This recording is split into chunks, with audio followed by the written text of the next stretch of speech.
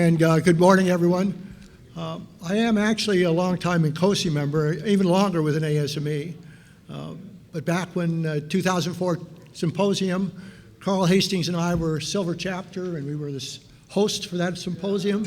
So we go back a few years. And Mike, I think you all know fairly well already. In fact, for this effort with the new standard for ASME, I drug Carl out of retirement. So we're glad to have him with us. And if you don't know, Carl's INCOSE number is 606. So he's been with INCOSE for a long time. So we went away, and now we're back.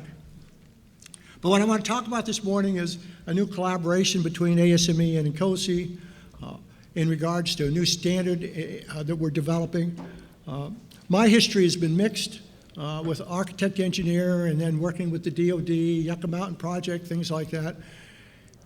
And I was heavily involved with INCOSE, and I could see the differences between their design processes, and I could see benefits of bringing in some of the systems engineering processes to the standard design processes of the architect engineers. And it's probably been over a decade, I've been trying to make something happen in that arena. And finally, last year, I've got the kernels going, and the ASME is approved in June, standing up the new committee and going forward with this standard. So we're really excited. But a key piece of that standard is incorporating systems engineering process tools and methods into the typical architect-engineer process. Not replacing what they've got, but enhancing what they've got so that they can basically come up with more effective designs. So I'm jumping ahead of myself, but new hazardous plants, we want this to be technology neutral. A lot of us are from the nuclear industry, but outside of nuclear, we're bringing chemical, petrochem, et cetera. But new plants aren't going to be built unless we can bring down the cost of the new plants. And of course, some of it's the NIMBY, not in my backyard. Nobody wants a new hazardous plant of any kind around, and that drives up the cost, obviously, of licensing, environmental impacts, all that stuff. But we make a lot of mistakes in our design that then are reflected in early design that we try to correct later in design, and you know what that is. That's going to jack up your costs. And then sometimes we don't fix them until we get into startup and test, and then in construction, startup and test, and even some on into operations we have to go back and backfit. So if we can do a better job of incorporating, tracking our requirements, using the tools that systems engineering can provide, I think we can bring down the costs of the design and the impacts of correcting the design during construction and startup. Again, hazardous plants, we're talking about nuclear, fossil, power, chemical, petrochem, compressed, liquefied natural gas, and other hazardous waste and plants, hazardous plants. There's a couple slides Mike helped me find that show how the productivity in manufacturing has nearly doubled, whereas in construction it has remained flat. So not only, so the productivity has remained flat, and also we've had the other issues that I discussed that are driving the costs up. So we propose a technology-neutral standard that provides requirements and guidance for design organizations to do three things: integrate plant process hazard analysis early in the stages of design, and use those as building blocks for when probabilistic risk assessments or probabilistic safety analysis is required. Not all industries require it. And then incorporating, I'm calling it aerospace systems engineering, just to differentiate it between what architect engineers typically call a system engineer, who knows everything about a cooling water system, but he's not a systems engineer in a discipline context that we use systems engineering. And again, incorporate that into the tools and methods in typical architect engineering processes. And then the third is integrate risk-informed probabilistic design with traditional deterministic design. We're talking about things like load resistance factor design and other methods, Monte Carlo simulations early in the design to bring in more of a risk insights so we can actually quantify the risk of one system design versus another, which we really can't do using our deterministic design tools. So our focus is, again, safer and more efficient facility, system, and component designs with quantified safety levels. We have some objectives: more efficient requirements management. That's maybe one of the biggest. Cost-effective and timely strategies for issue resolution, better management, TBDs, TBVs, which you're all familiar with. We're going to be at life cycle. Right now, ASME standards typically are component design. They're based on manufacturing. we talk about looking at the utilities, but we don't do as good a job as we should. So we want to be life cycle, and we really want to be sure and give more emphasis on all of the utilities early in the design process. And be system-based again versus component-based. This is sort of an influence diagram. It's a little bit of a takeoff on what we typically call a context diagram. The squares down the middle are showing the typical stages of design. And then, as you can see, systems engineering, the influence of systems engineering is throughout the process. Hazards analysis would be coming earlier in the process, pre-conceptual through preliminary design is where it has its greatest influence. And then if you need a PRA or PSA, that picks up off of the hazards analysis and goes all the way through the design process. And then the probabilistic design would come through. Once you have a good conceptual design, you can start evaluating the systems for those where it has cost benefit to do more detailed probabilistic design. Obviously, if you're doing a nuclear power plant, you have the nuclear island, and then you have the balance of plant, which is a steam generator and the turbine, et cetera. Well, the steam generator and turbine probably don't warrant more advanced design techniques and probabilistic design. But in the reactor island area, that's where you have a chance in new designs to get benefit from the added cost. And this is an eye chart for you. I apologize, but I guess the point I want to make here, as you can see in the red bordered area, is where we're laying out what is the boundaries of the standard that we're going to write. Typically, and we're tying into the not only SE handbook on that table, but you can see also the ISO standards. So we want to be consistent with the ISO standards, international standards, which again is for ASME is a sort of a new approach. We haven't always been as consistent and when we actually write and generate our standards at the beginning.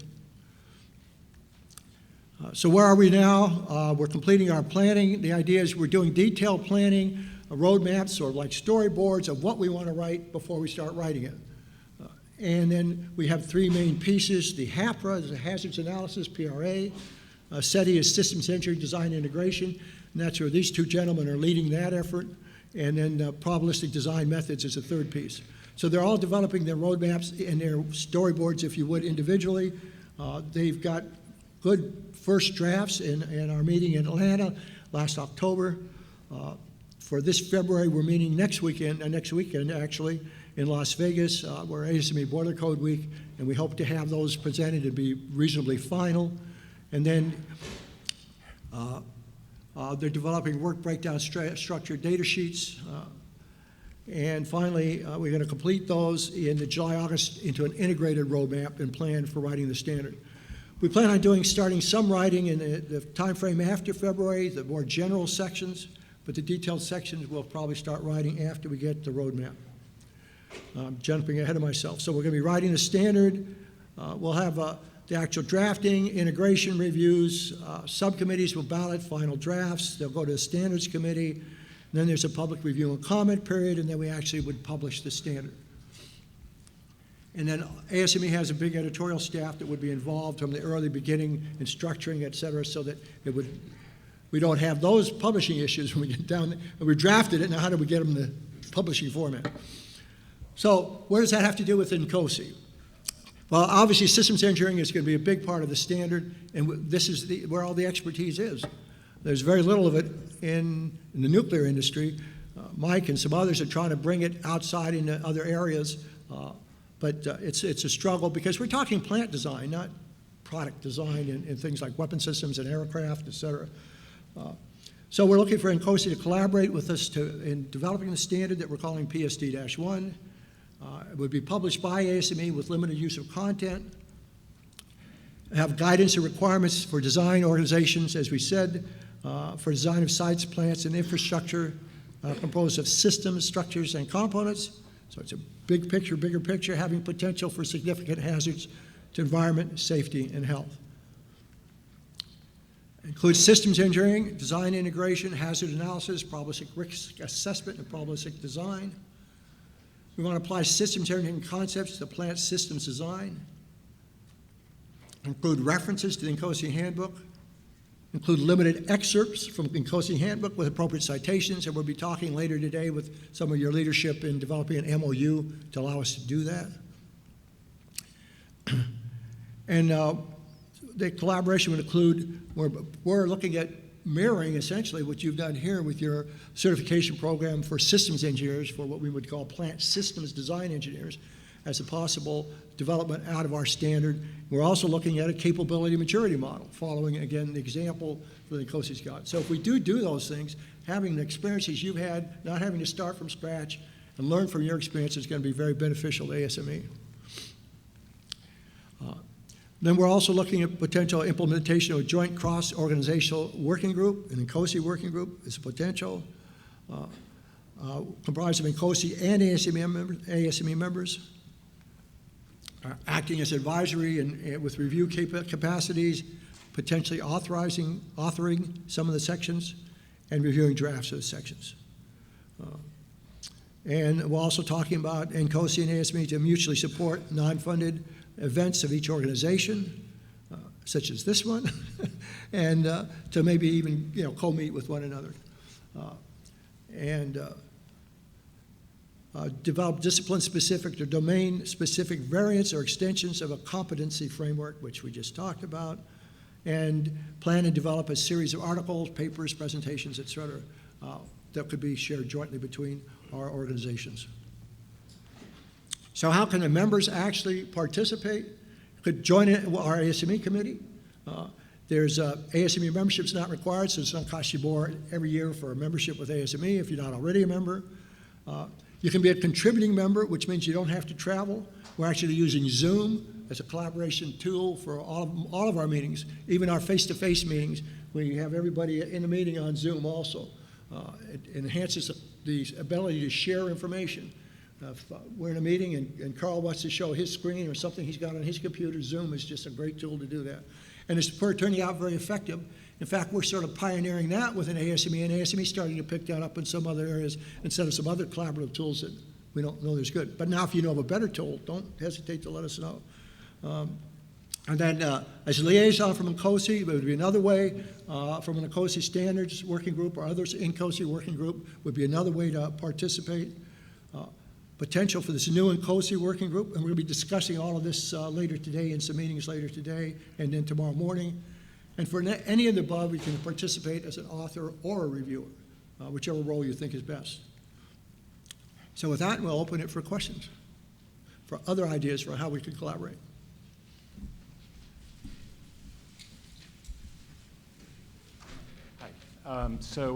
One thing I saw in your life cycle model that I think is missing, that's really a critical item, particularly for what you're doing, is D&D, demolition disposal. Mm-hmm. Because if you don't really consider that up front, then everything else kind of falls off the cliff, right? I mean, that's really the big problem in nuclear power in the U.S. today. We can't dispose of the high-level waste. Yeah. Agreed. So. Yeah, I did work at Westinghouse with D&D for all the existing plants, and it started off in Europe, and now it's starting to come here, and it's a real problem. How do you disassemble and decontaminate? Exactly. I mean, it's a real issue. So having that explicitly in your life cycle model will help force you to think about it, and I think that's a critical item. Thank you, Steve. I want to add. Hey, my name is Jared. I'm a little confused on why you have such an emphasis on safety analysis in your conceptual design and not so much the whole life cycle of requirements analysis, functional analysis, and carrying that out through the life cycle. It seems to focus on a few targeted areas and not the general practice of, I want to build a big plant, okay, so here's the logical sequence of events that need to happen to do so. I don't totally understand the mission of why you're focusing only on those concepts and how you think those are going to drive down the cost of a plant or increase productivity of the construction team doing that. First of all, the hazard analysis, there's iterative loops back and forth through the whole design process. Right. But your early hazard analysis and development of your PRA is where, let's say, 60-70% is done. And then as your design evolves, you're still feeding back changes in the design and evolving that PRA. The actual vision we see, and it's hard to show everything on one chart, you know that. So what we're actually envisioning, that PRA would evolve throughout the life cycle of the plant.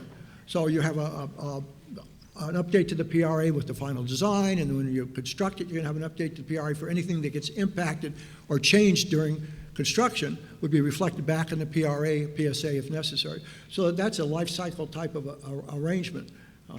If I could add to that. So if you might have gotten the impression by seeing those big bubbles where you saw the hazard analysis and the probabilistic design.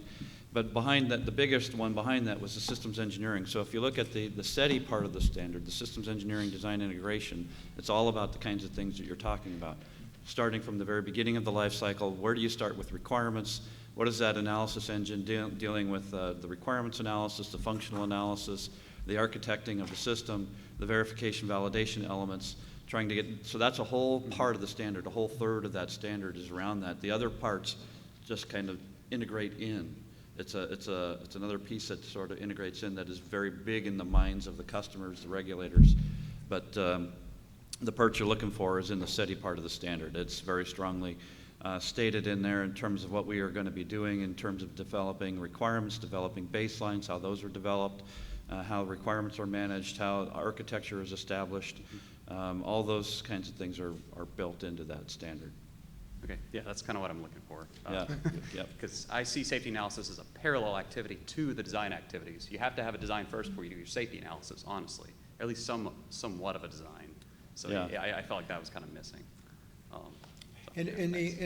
Of course, we're trying to move away from our nuclear arena, but our nuclear arena with our regulator, we're very, very strong on the hazards early in the design process and licensing process. So that's you may sense it, then that's my bulk of my background. So we recognize that everything you're saying is entirely true. And please come join us in our meetings later today and tomorrow and give us your input. Thank you.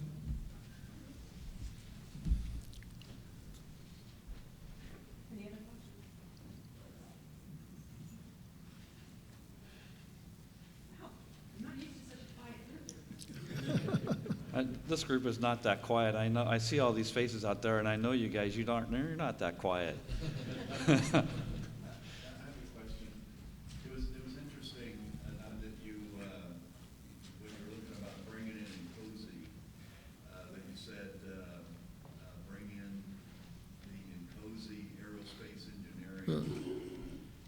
And it's interesting. I mean, is that the view of ASME? No, that's my term. I'm sorry. I'll repeat the question. So was the term aerospace attached with systems engineering an ASME view? And ASME really doesn't have a view. It's a term I've used. When I was at Westinghouse, I couldn't even spell systems engineering.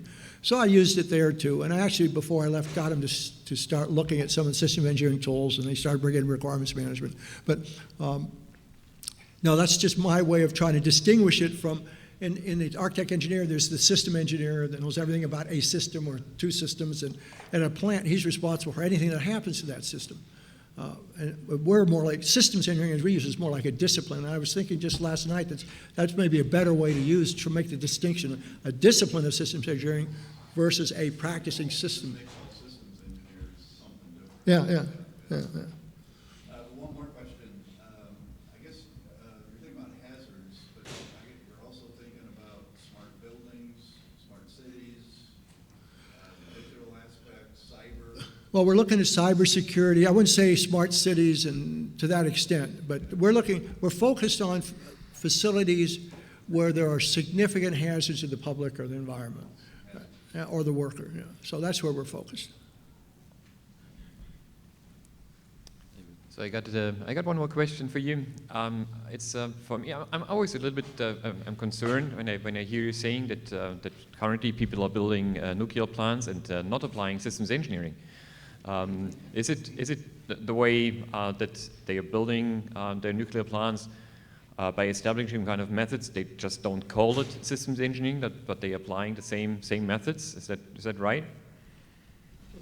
Or are we starting from scratch? I think when I did some years ago, and the industry's evolved, and in globally different parts of the world are using a little bit of different tools. And my experience is somewhat with the Europeans from my code involvement and colleagues, but basically U.S. focused. And the designs I've seen now, the newer designs are starting to bring in systems engineering because I know personally working with TerraPower and NewScale, they're starting to bring in systems engineering, and they're looking for a standard like this to help them standardize, and also for the regulator to be able to more easily accept what they're doing, because they would have a standard supporting them. There may be other entities developing using systems engineering more in globally that I'm not aware of. But when I did the comparison between the two design processes, they're probably 70 to 80% match. And one of the biggest weaknesses is requirements management. And my experience is they've got these huge punch lists between systems description documents and component description documents and with the TBDs and TBVs, and they got punch lists to track them. They're not using the tools that are available and developed from the systems engineering world that can do a better job of those and make sure you don't have things that fall through a crack, don't get caught later in the design process or until you're in the construction process. And that drives up the cost. So, Okay, cool, thank you. thank you. I'm John Palmer Hi, John. with the Boeing Company. I was on the cab meeting yesterday, and there's a new cab member from Train Controls. Maybe you've met them already, but they seem like someone who might be of interest to your activity here at ASME. And part of what they described was just the broad global applicability, the integration, the system of systems sort of considerations. And I'm just wondering whether you've got that in your mindset as you think about the application of systems engineering into this area, the place of individual plants in this larger infrastructure. I think what we're envisioning would support that, but they're not really focused on that.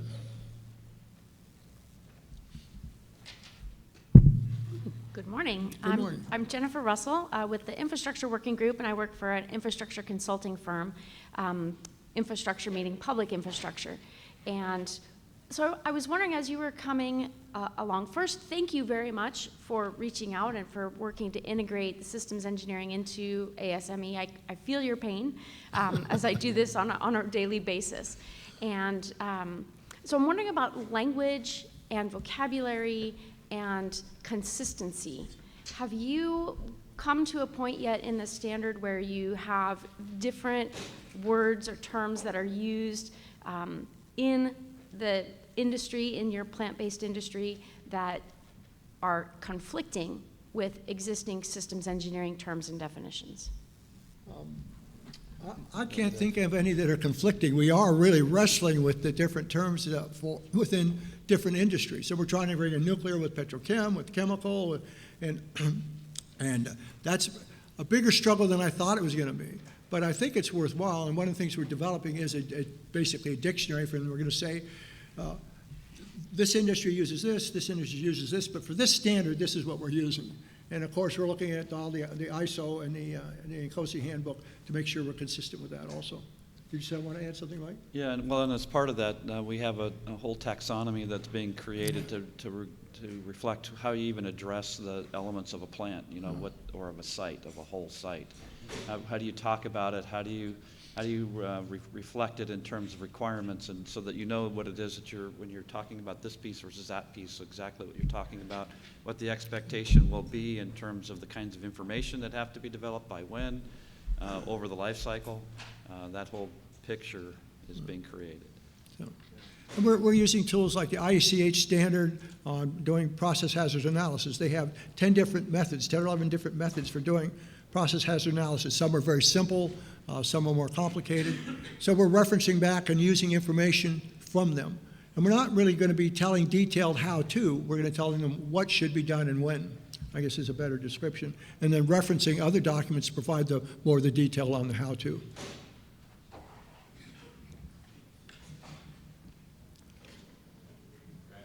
Can I ask one more question? SAE is responsible for a lot of the aviation recommended practices that we adopt in my business. Things like particular risk assessments and the sort of life cycle of systems engineering. So I'm wondering if you're thinking about that sort of connection as well as part of this work, or whether that's on your horizon, or? We haven't really looked at SAE, again, because we're looking at facilities. But there's a lot of overlap between automotive and facility. You're building plants too. I don't know. What do you use for building plants? Do you use systems engineering when you build your plants? You have hazards within your plants too. So there is some relationship there, but we haven't specifically looked at that. But if you have something you'd like to bring to the table, please. Yeah, thank you. Okay. All right. Thank you, everyone.